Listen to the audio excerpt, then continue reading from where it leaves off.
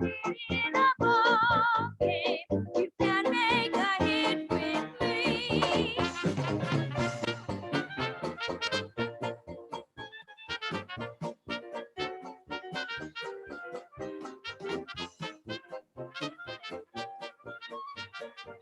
Good morning. Welcome to the Payoff Pitch with Sean O'Toole and Texas Troche. Stephen Troche, how the hell are you this morning, sir?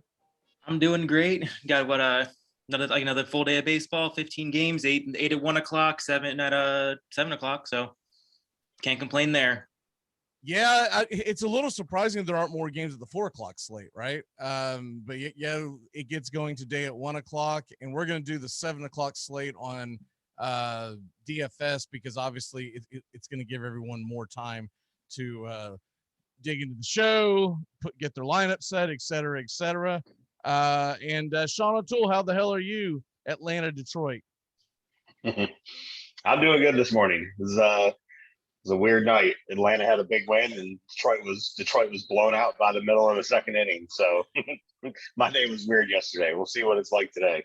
So all is back to normal. Okay, sweet. Right. Yes. Yes. Everything is in its right place.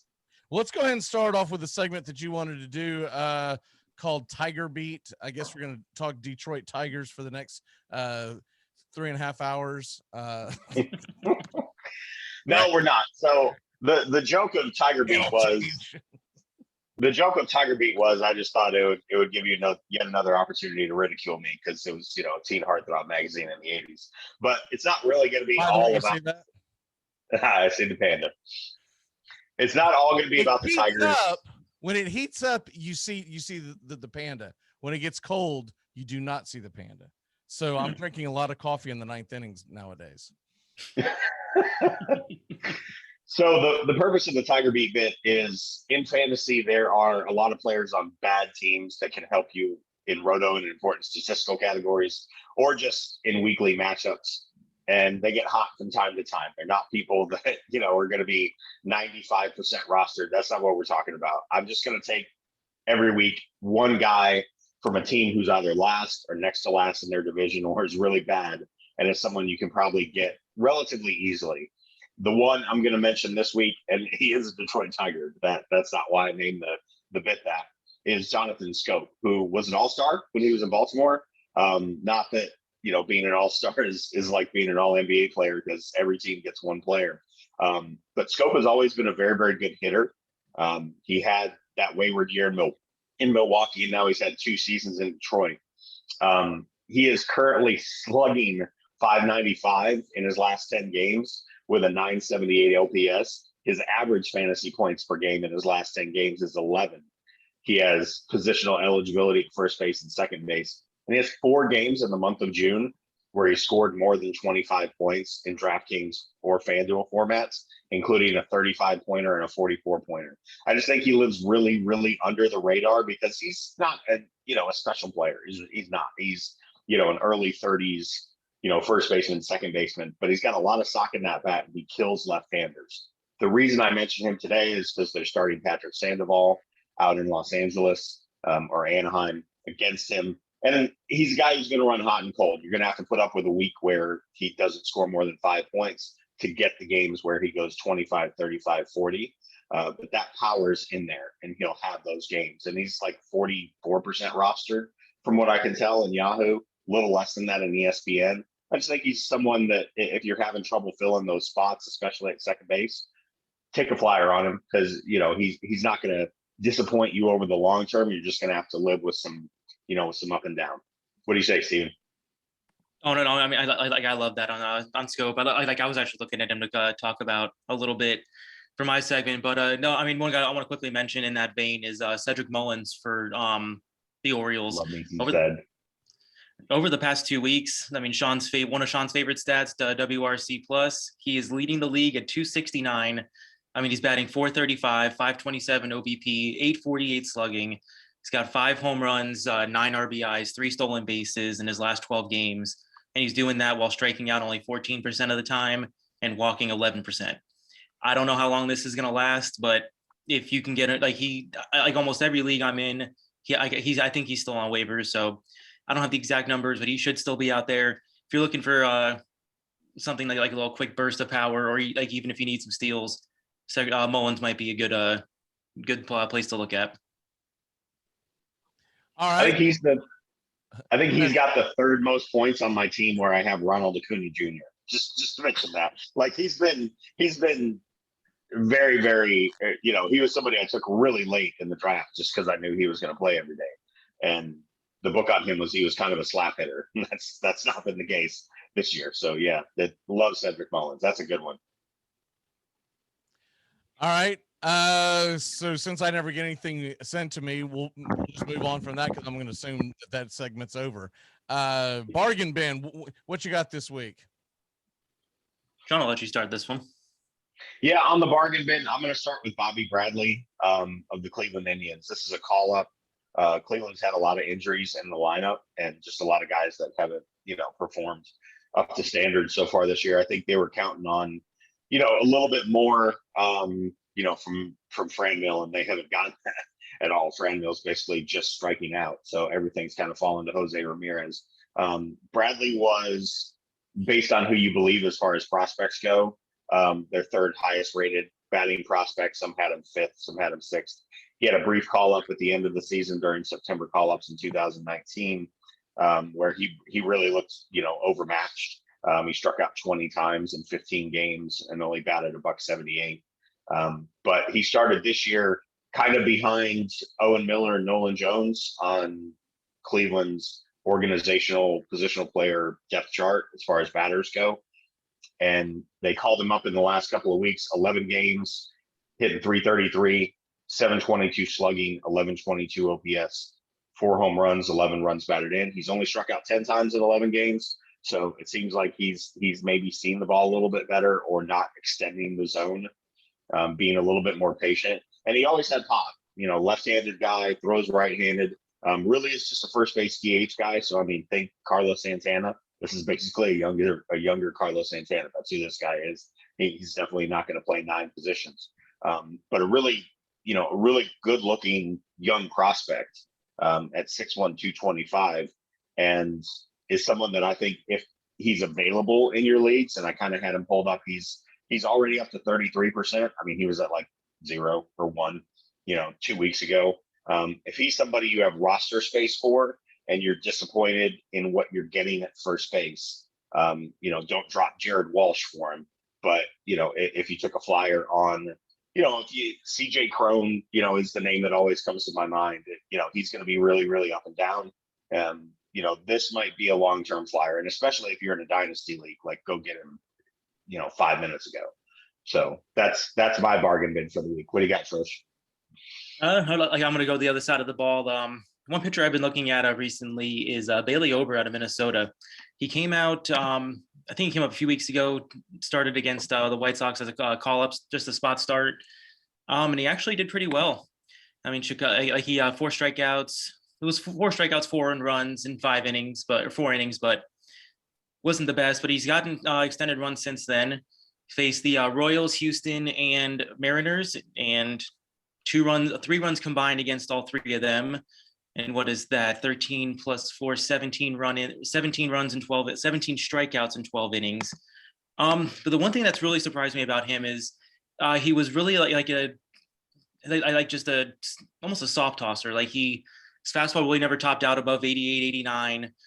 He really kind of just relied on his command and his getting weak contact to get by. And I mean, he's 6'9", so that arm angle is going to be coming in different than most pitchers you're going to see. But one thing that's really caught my eye is in the last couple starts, his fastball velocity is up in the low 90s now. And he's getting the strikeouts. He's looking really dominant right now. And he's actually going to be getting extended run in the rotation. They've already said he's been on a pitch count now, and they're going to lift that as the season goes on. He's got a 30% strikeout rate and a 2% walk rate. I'm still using him as a streamer right now, but in your deeper leagues, dynasty leagues, go get him. Make sure he's on your roster. Anything other than that, I definitely look at him as a streamer, maybe as a flyer, but this guy could take off and could stick in this rotation if he keeps this up. And I think he's only rostered in 4% of leagues on Yahoo. Interesting. I like that one. Okay. One more quick kind of pitcher hit for me. We mentioned this guy in a prospect, in a prospect segment a couple weeks ago. There's another pitcher I want to talk about later. But Logan Gilbert, who was, one of the prize call-ups of Seattle's, early season call-ups. Some of that's worked out, some of it hasn't. Kellenick has already been sent back to Tacoma, to kind of work on some stuff. But Gilbert stayed up with the big league team.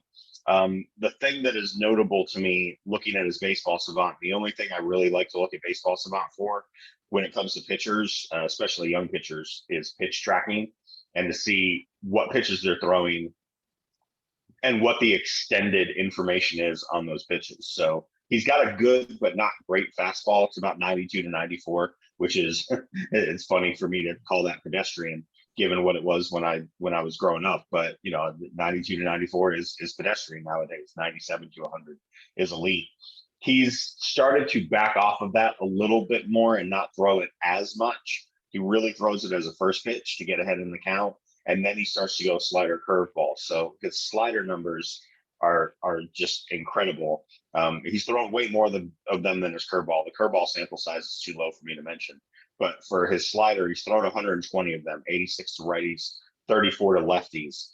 On those 120, batters are hitting 0.86 on them with an expected batting average of 137 and a whiff percentage of 38.1 and a put away percentage, meaning strikeout pitch, of 20%.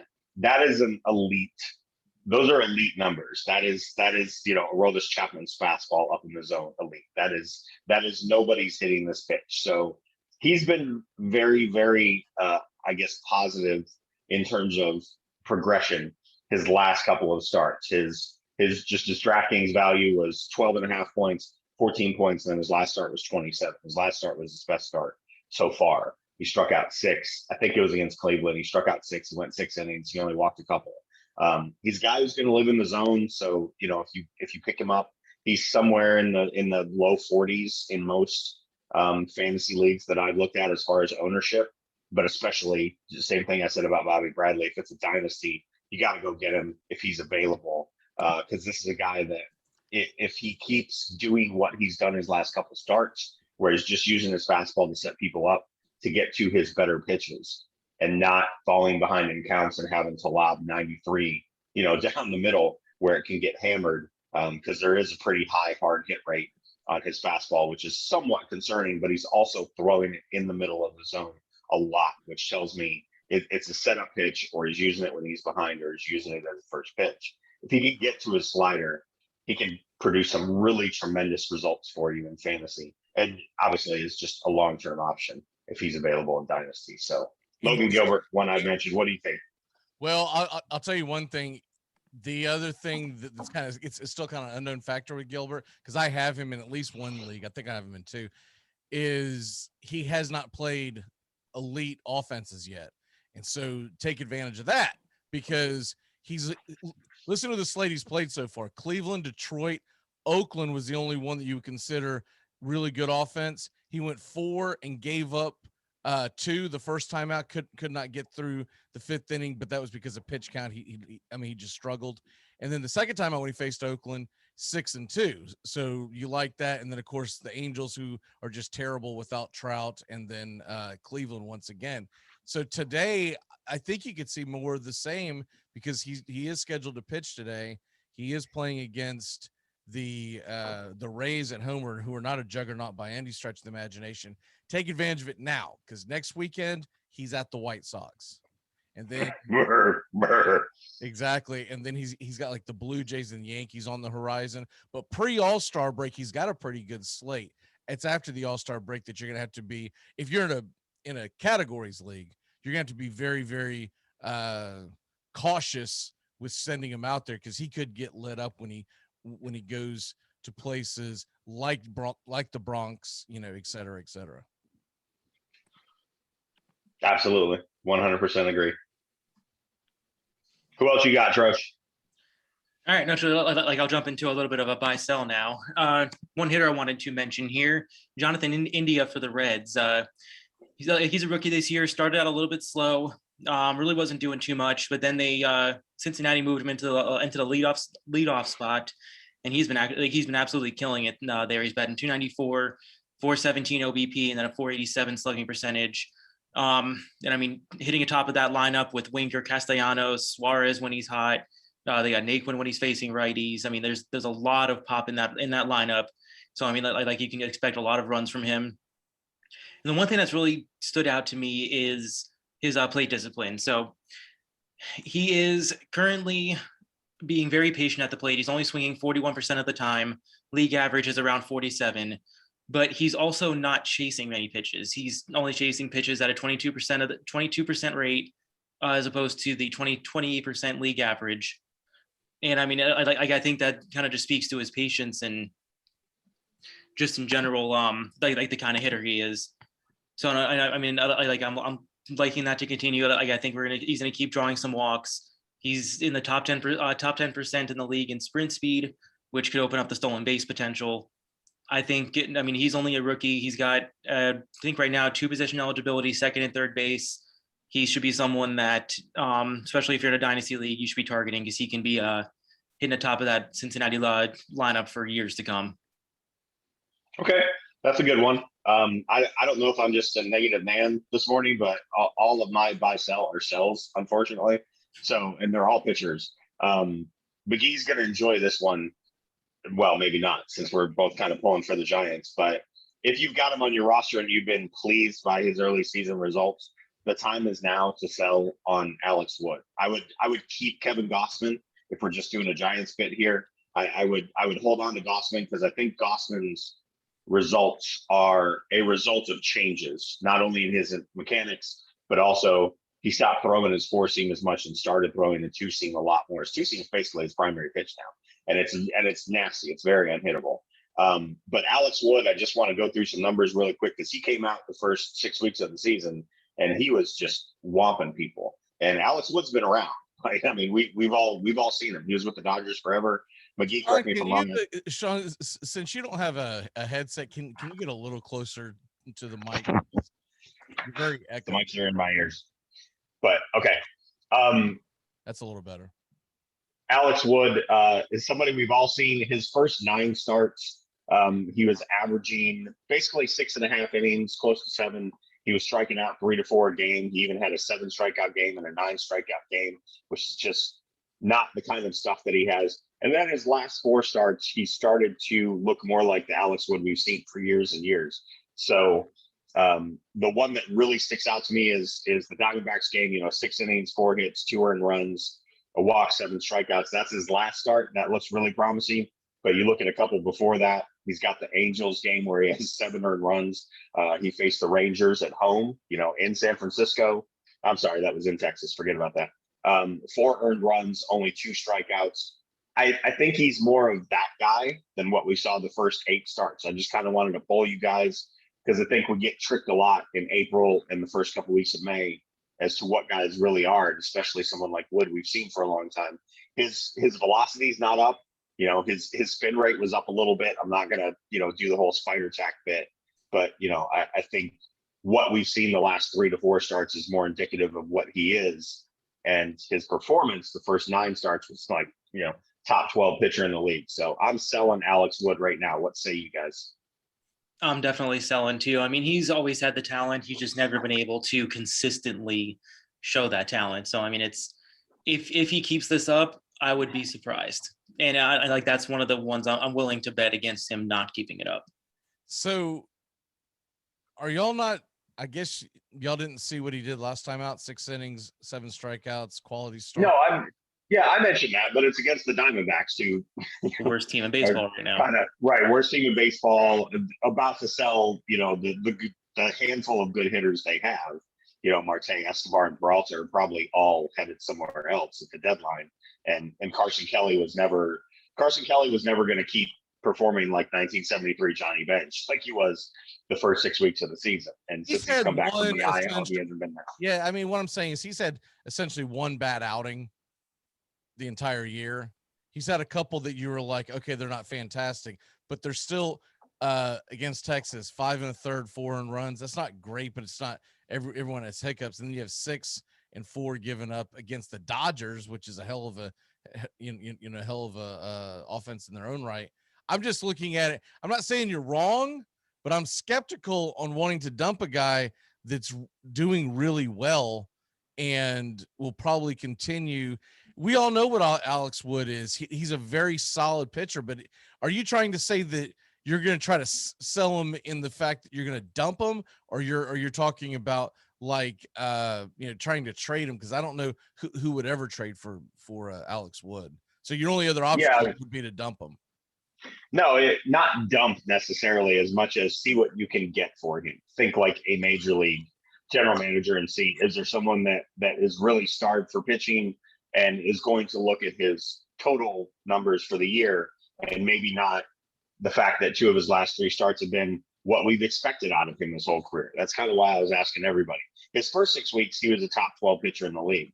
His last 4 starts, if you take the composite of his last 4 starts, it's closer to what he's been for his whole career, which is not a top 12 pitcher. I mean, he's a reliable hand, nice second, third, fourth starter, maybe. The results are going to vary depending on how good the offense is and what the environment is, but not the top 12 pitcher he was performing like in the first 6 weeks of the season. Yeah, I'm not saying you're wrong. I guess what I'm saying is just looking at his games, he's had 1 bad outing all year long, and I would be hesitant because I don't think because he's not a sexy name, so I don't think you're going to get much for him, right?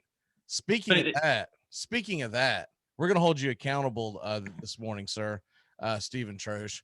The hell were you doing trading Gerrit Cole and Yu Darvish for? It's not even a keeper league. And are you tanking? You're in first place. I mean, I got Snell and I got Zach Wheeler. I mean, I that's more betting against Cole dropping off like a little bit. I mean, I think you guys are just undervaluing Snell there. He's not. You're overvaluing Snell. Undervalued. I think you're extremely overvaluing Snell. Know what I'm saying? It's a free league. It is what it is. You got to take some chances. I had 0 shares of. I think on my 7 leagues I had 1 share of Zach Wheeler and like 4 or 5 of Cole. You got to mix it up a little bit. You're free to do whatever you want, but I'm just saying, when money's on the line, it's a little strange to just tank. I didn't. I'm not in that league, but just to chime in, when I heard it, I was like, 3 and 3. I mean, 3 1/3 and 7 earned runs as soon as you get them on your team. Ouch. Yeah, Snell's been. I think he got took, man. I saw it and I was like, well, I don't see any way that one team's tanking on the other.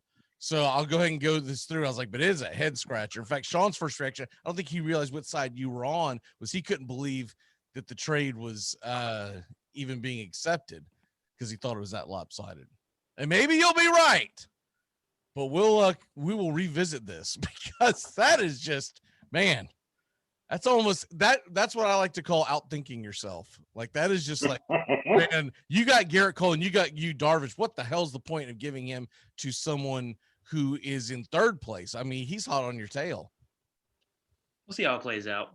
And I'm in 2nd place going, what the hell's going on here? It's like, well, they're doing something funny. I don't know what's going on. I guess I'm not smart enough to figure out what kind of collusion's going on here, but okay. All right. Well, I just had to bust your balls, man. Oh, you're good. No, I got one more guy I want to talk about as a sell candidate. Kind of the same line as Alex Wood here. I'm interested to get your take on it, Dave. Taijuan Walker. He's having a career year. 29 teams are kicking themselves in the balls for not signing him in the offseason. Because anybody could have had him. He was out there. Yep. He ended up with, what was it, 3 years, 24 million? Yep. Dude, even the Marlins could have signed him. They'd be like, whatever, dude. We'll figure it out. I think teams were very spooked by his shoulder injury when he was in Arizona. And I get that, but the Braves gave $11 million to Smiley. So what the heck? Dude, I know. That is just, I'd rather bank on someone staying healthy than bank on someone learning how to pitch. Like, give you 11 minutes. I believe in you. Your stats don't prove it, but I believe in you. All right. So on the year, 68 innings, 72 strikeouts, 2.12 ERA, 1.0 WHIP, Phenomenal. I mean, those are elite numbers. And I mean, most of the expected stats back it up. I mean, the expected ERA is like a 3.4, 3.5, but like the expected batting average, slugging percentage, WOBA, they're all falling in line with what he's been doing this season. The main reasons I have for concern is exit velocity, hard hit percentage, walk percentage, and whiff rate are all below league average. And he's not getting anybody to chase right now. He's near the bottom 10%. I think he's in the 12th percentile. I guess the one caveat with all of these, even the trade we were just talking about, is what we don't know is Monday morning, they're going to take away your spider tack and whatever the hell you're using, right? Mm-hmm. And we don't know who is going to be most affected by that. Bob Nightingale was chirping about how Trevor Bauer had pitched okay last night. He wasn't great, but was saying it was the best start he had since Tacky Gate or what Sticky Gate, Yeah. I think is what they're called. But the thing is, they haven't even started enforcing it, so he might have still been using spider tack this whole time, right? Or whatever he uses.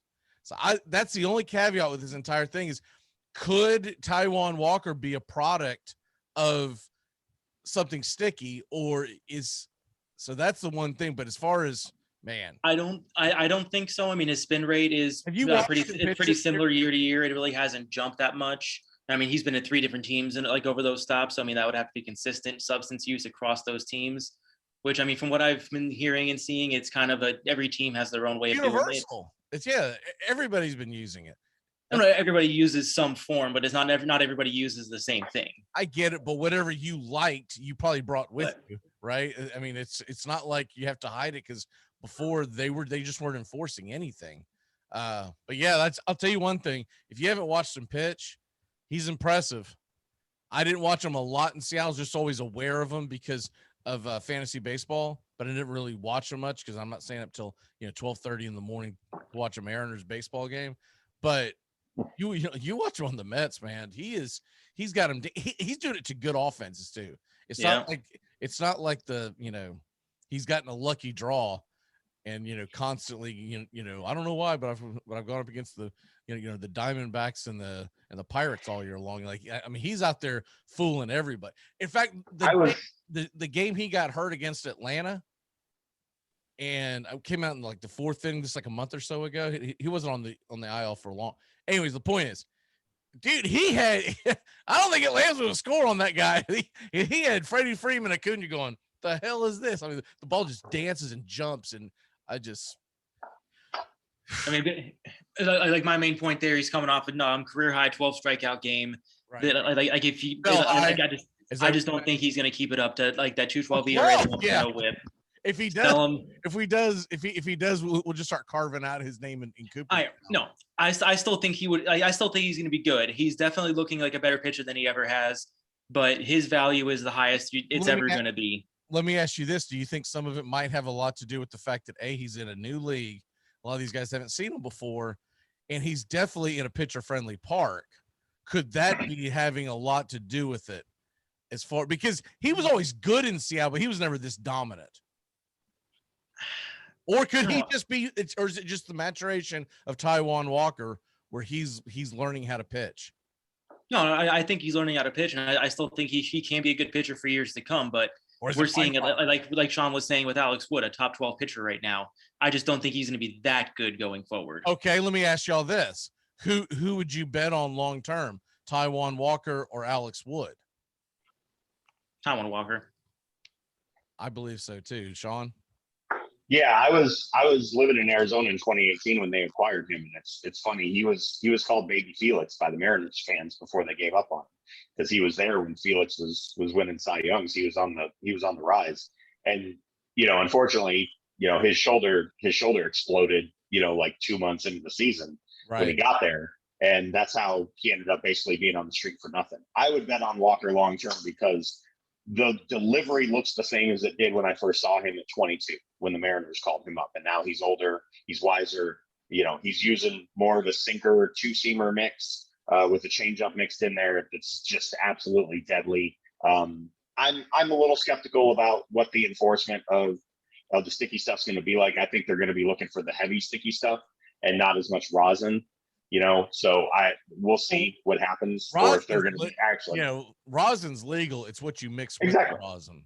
So right, and there's not going to be spider tack. They're going to be looking for that, but I think teams are going to find a way to still give the pitchers a way to grip the ball, just not the same as they've been doing. If anybody, that's not a Braves fan like me and McGee are, didn't see Peter Moylan's breakdown yesterday on the Braves pregame show, he gave a great explanation of the difference between, rosin and mud, which is basically the standard norm, the neutral, and what these guys are using with spider tack, and broke it down really well. So I would weigh that on Walker long term. I think talent has always been there. You just have to gamble on him staying healthy. All right, we got to run to DFS before we run out of time. Do y'all have any last things you want to jam in before we jump on DFS? No, DFS Nope. it is. I'm good. Okay. Yep, DFS it is. All right, so we're taking the late slate to give people a chance to fill these out. It's always much more fun when there's like 10 to 11, and if that's the case, you can just bank on we're always going to take the longer slate. But when it's very close, we're going to try to take the later slate. We've had some people comment about that because I turned this on at 1:30 and y'all have already done the slate. I'm like, well, who told you to turn it on at 1:30, jackass?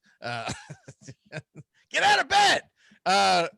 But so essentially what we're talking about is it's not limited, but there definitely isn't a long slate to pick from. So with all that being said, we'll start with you, Steven.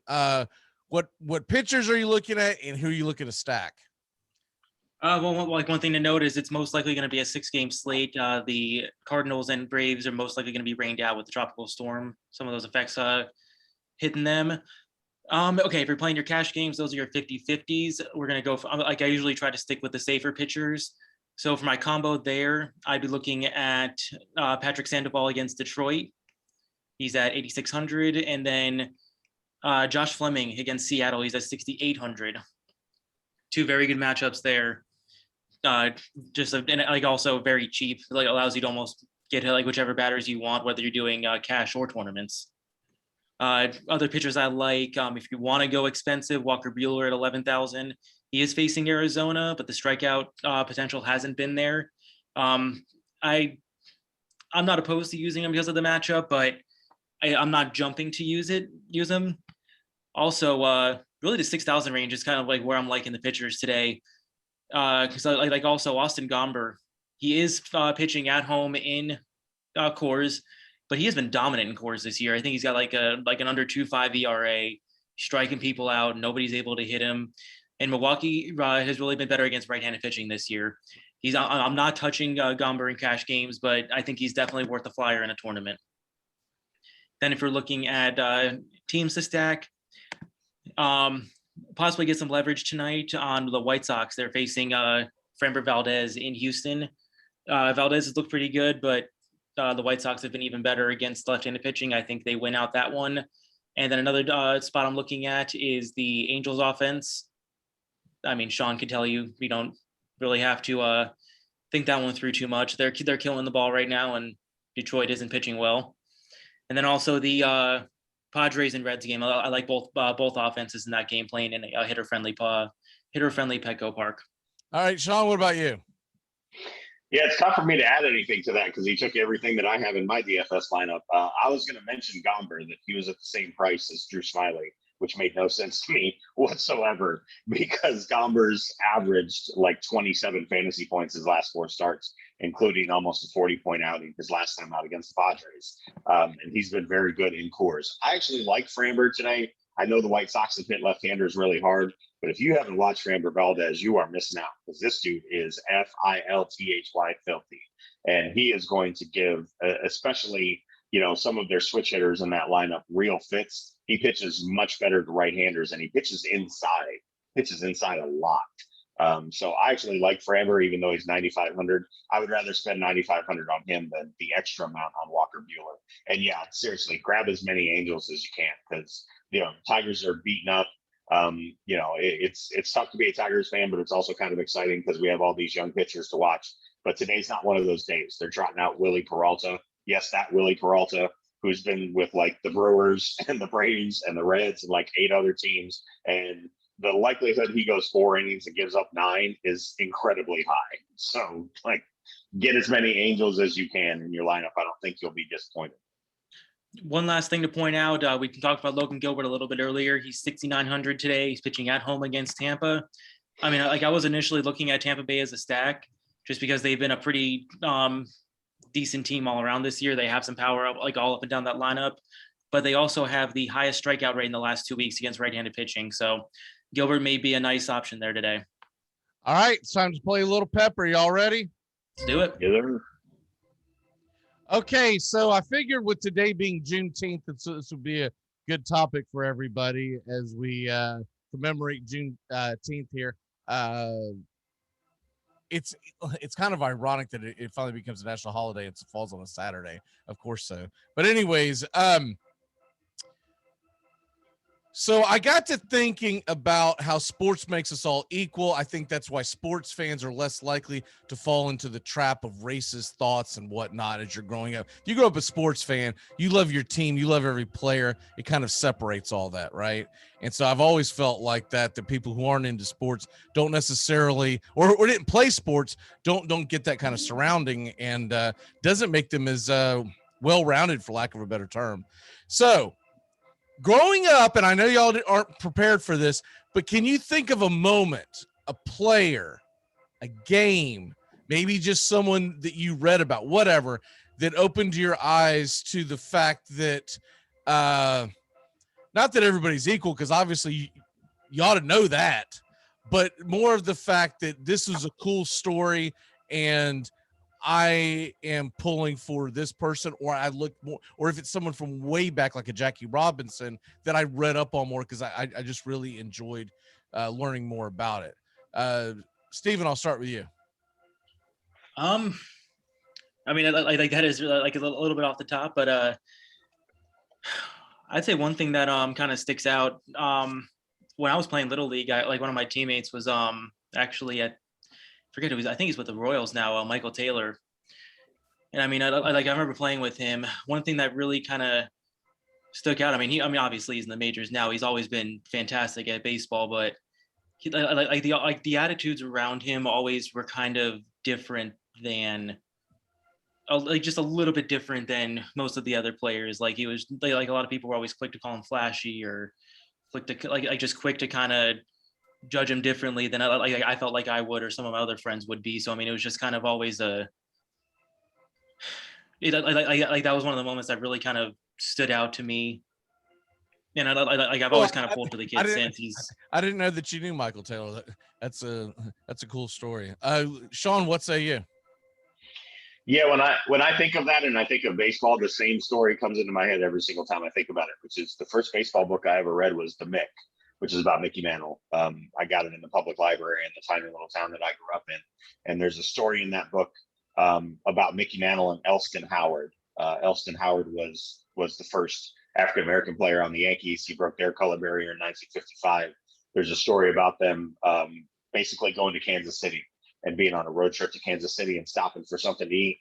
And the diner wouldn't serve Elston Howard and made him eat in the bus. And Mickey Mantle told Bobby Richardson, and I think Roger Maris was there as well too, but it may not have been. I think that might have been before Maris got there. This story is told in the movie 61, which brought it back to me. And I always think about it. Mickey Mantle said, "You guys enjoy your meal," and went and ate in the bus with Elston Howard because he didn't want him to sit in there alone.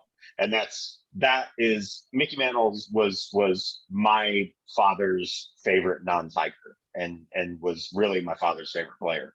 And was somebody I idolized. Is to the he's the reason I love Pudge Rodriguez because he wore 7, and all that stuff. And it's the reason why all the jerseys I have with my name on it have the number 7 on the back. That's always been my number because of Mickey Mantle.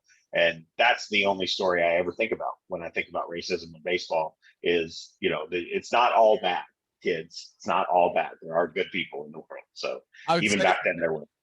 I would say with me, and of course, going up to New York every single summer, I was surrounded by the story of Jackie Robinson. So that's the easy one. But I think the one that jumped out at me, the one I actually lived through, was the Super Bowl Redskins versus the Broncos, and everyone making such a big deal about it was the first black quarterback to play in the Super Bowl. And I never understood why that was that big a deal. Of course, I was a kid and I did not realize that, at that time, and then you start reading up on how bad it was prior to. So I pulled for him that game. And of course, he had a phenomenal game. I also liked him because he was a Tampa Bay Buccaneer previously, and I was surrounded by the Buccaneers as a kid. So I always think about that. And then later on, what Doug Williams did to help out Warwick Dunn when he had a really tough time right before he got to Florida State. And we don't have time to get into that story, but that's a really cool story if you're against to look at. So Doug Williams is one of my favorite. As we go to walk off here, it is Juneteenth. So we're celebrating, let me turn that off, Black Americans. So I ask you this. Who is your favorite Black American, preferably in baseball, but if it's in another sport, let her rip. Steven, what say you?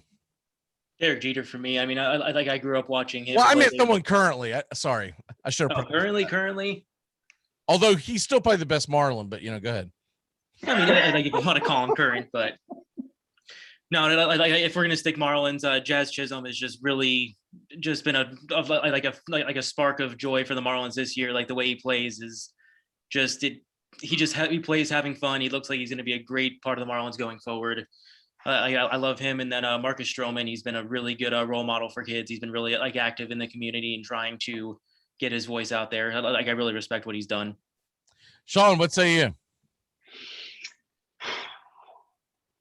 Current players, I'm going to have to go. Current players, I'm going to have to go in a different direction. I'm just going to say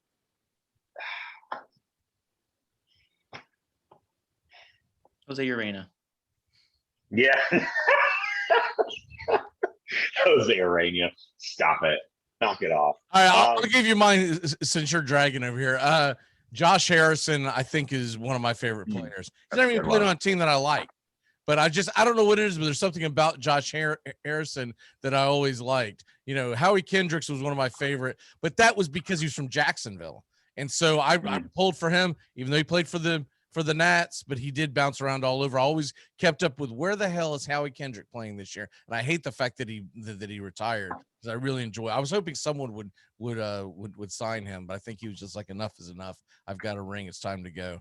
But Josh Harrison, 33 years old, out of looks like he was born out of Cincinnati, which I did not know that, but it would make sense because that is a baseball town. All right, Sean, have you gotten your thoughts together? Yeah, I was trying to think of a Nashvilleian, and other than the one that was coming to my mind, but Tony Kemp is the one that always comes up to me. Actually, my wife's family knows his family. He played at Vanderbilt. He's from Nashville. He's had a couple of cups of coffee in the league. He's been with Houston. He's been with Oakland. I think he's still in Oakland system somewhere, or might even be in the majors. Hasn't completely worked out for him the way I thought it might when he was at Vanderbilt, because he just hasn't been able to adapt. And he's one of those shorter guys. Like he's 5'6", 5'7", like Altuve size, and just hasn't been able to figure out how to stick on a major league roster. He's gotten hurt a couple times, but he does a lot of stuff for underprivileged kids in the community in Nashville. So Tony Kemp's the one that I'll mention. He's the most memorable one to me, at least locally. Okay, what is your walk-off for the day, Mr. Stephen Troche? Kind of in the vein of Juneteenth, just another story I remembered is like when I was younger, I read Derek Jeter put out a book called The Life You Imagine, just kind of talked about his upbringing, his experiences with racism, and just how it kind of shaped how he was as a person, and just kind of I just kind of went through his life and how he basically got to how he is. It's a book I recommend to anybody to read. It's only $3 on Amazon, so never got some spare change. Sean, what say you? Watch that Logan Gilbert start, and let's hope that tropical storm passes through Atlanta quickly and we don't get rained out. It's not looking good. I pulled up. It's not looking good, but crazier things have happened. We'll see. I don't even think that we're going to get a double header. I think the best case scenario is that they'll play Sunday, and then they'll just have to figure out the makeup day. Knowing this, they should have played a double header yesterday. Right. Yep. But anyways, or played extremely early today. I think if they would have started around noon, they could have gotten the game in. But you know, that would piss off Fox or something. All right. That'll do it. We will have the replay of this up and going as well. So if you want to watch it later, if you missed some, we will see you next Saturday for the payoff pitch. Great job, guys. We'll see you next week. Sean, I'll see you Wednesday. Take care, everybody. Good day.